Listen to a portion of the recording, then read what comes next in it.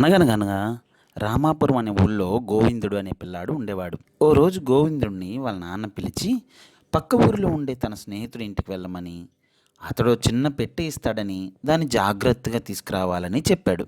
దాంతో గోవిందుడు తండ్రి చెప్పిన గుర్తుల ప్రకారం పక్క ఊళ్ళో ఉండే ఆ స్నేహితుడి ఇంటికి వెళ్ళాడు. ఆయన కొన్ని వస్తువులున్న పెట్టెను గోవిందుడి చేతికిస్తూ, దారిలో దొంగలుంటారు, ఇంటికి జాగ్రత్తగా వెళ్ళు అని చెప్పాడు. గోవిందుడు ఇంటికి బయలుదేరాడు.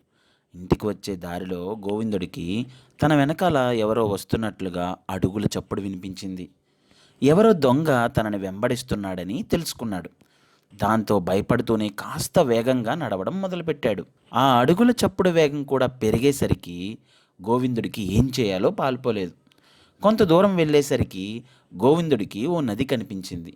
దాన్ని చూడగానే అతడికో ఆలోచన వచ్చింది.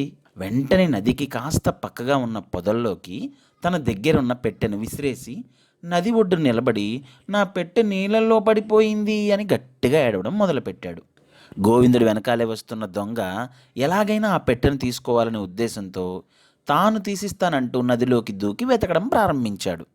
అదే అదును తీసుకున్న గోవిందుడు పొదల్లోకి విసిరిన తన పెట్టెను తీసుకుని గబగబా అక్కడి నుంచి వెళ్ళిపోయాడు. ఈ కథలో నీతి, ఉపాయం ఉంటే ఎంతటి అపాయాన్నైనా తప్పించుకోవచ్చు. కాబట్టి పిల్లలు, చూసారా, తెలివితేటలు ఉంటే ఎంత పెద్ద సమస్యనైనా మనం తప్పించుకోవచ్చు. ఇది ఈరోజు కథ.